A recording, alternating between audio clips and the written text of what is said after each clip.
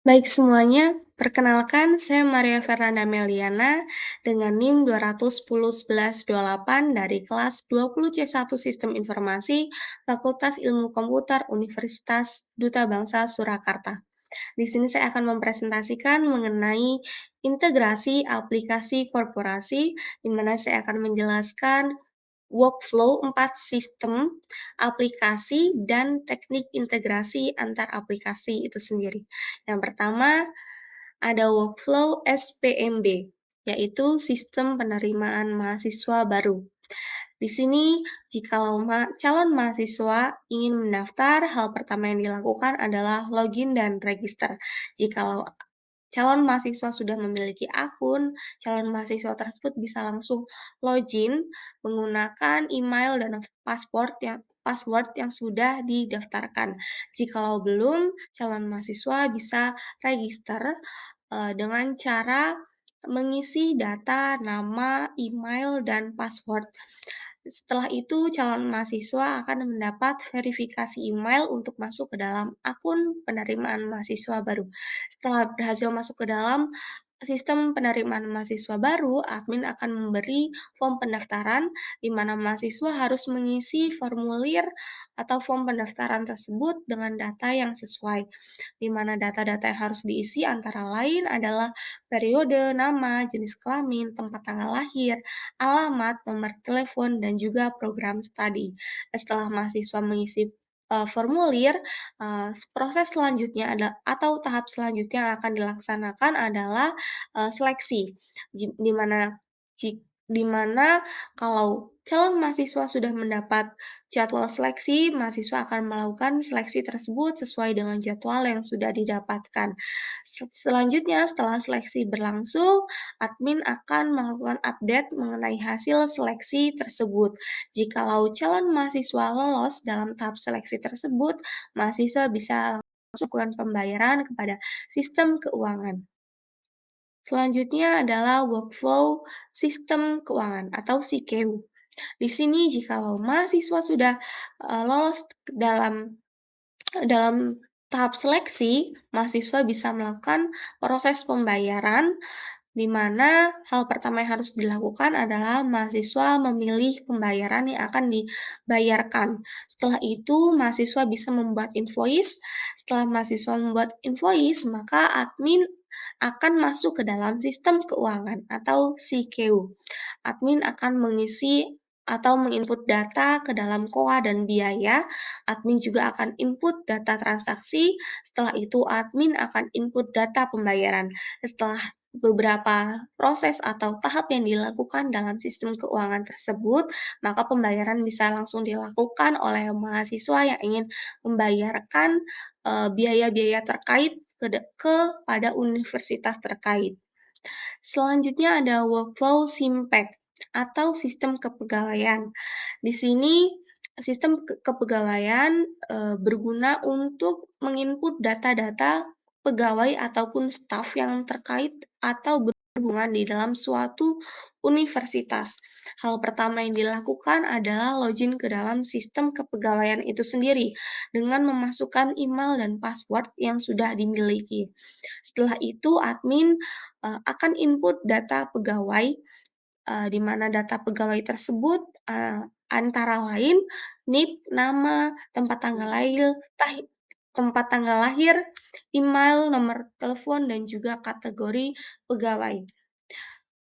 Setelah itu, admin akan input data jabatan pegawai terkait, di mana di dalam data jabatan itu sendiri berisi tentang nama jabatan yang dimiliki oleh pegawai terkait. Selanjutnya, admin akan input data riwayat jabatan, di mana di dalam riwayat jabatan itu sendiri dapat diisikan data-data, di antaranya nama, tanggal, dan tahun dimulai, dan juga jabatan yang dimiliki oleh pegawai terkait.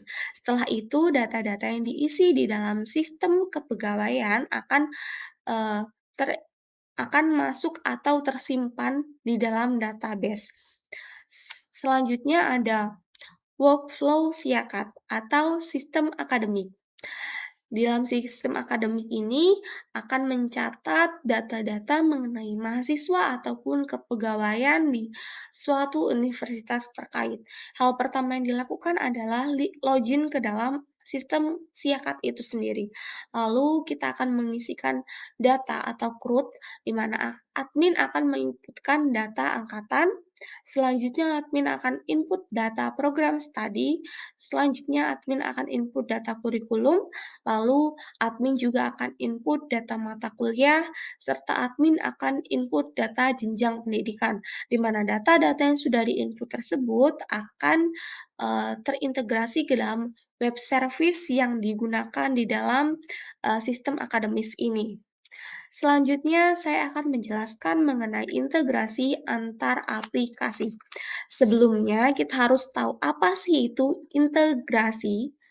Integrasi sendiri adalah pembaharuan atau penyatuan beberapa komponen atau hal hingga menjadi satu kesatuan. Sama halnya di sini ada 4 sistem terkait, yaitu sistem penerimaan mahasiswa baru, sistem akademik, sistem keuangan, sistem kepegawaian, dengan dua pihak ketiga yang digunakan, yaitu neofeeder dan mitran, saling terintegrasi satu sama lainnya. Artinya, sistem-sistem ini dapat saling terhubung dan bekerja sama dalam melakukan tugasnya sehingga dapat terjadi eee,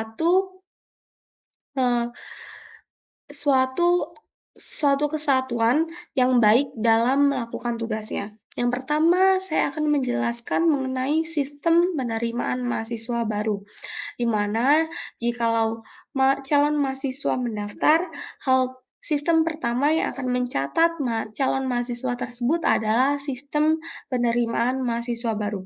Setelah itu, calon mahasiswa jelasnya akan membayar beberapa biaya seperti pembayaran penerimaan mahasiswa baru, pembayaran registrasi, di mana pembayaran tersebut akan ditangani oleh sistem keuangan atau sistem pembayaran yang sudah saya jelaskan sebelumnya, di mana mahasiswa dapat membayarkan payment gateway melalui Mitran, di mana Mitran digunakan sebagai pihak ketiga di dalam sistem keuangan ini sebagai perantara pembayaran antara mahasiswa dengan universitas ataupun universitas dengan bank terkait.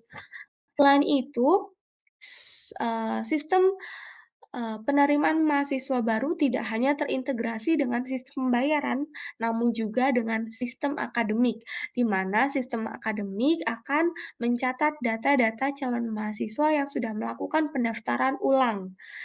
Selain itu, di sini sistem akademik tidak hanya mencatat data mahasiswa yang terintegrasi dari sistem penerimaan mahasiswa baru, melainkan juga mencatat data dosen dan staf terkait yang didapat dari sistem kepegawaian atau SIMPEK, di mana data yang sudah didapat dari sistem penerimaan mahasiswa baru dan sistem kepegawaian ini akan dibaharui atau dilaporkan oleh sistem akademik ke dalam pihak ketiga yang digunakan, yaitu neofeeder, di mana neofeeder sendiri digunakan sebagai pengelolaan data universitas kepada PDDikti dan Kemendikbud. Baik, sekian presentasi yang dapat saya sampaikan. Kiranya presentasi ini dapat bermanfaat bagi teman-teman semua. Jika ada salah kata dalam presentasi dan tutur kata saya mohon maaf. Terima kasih atas perhatiannya.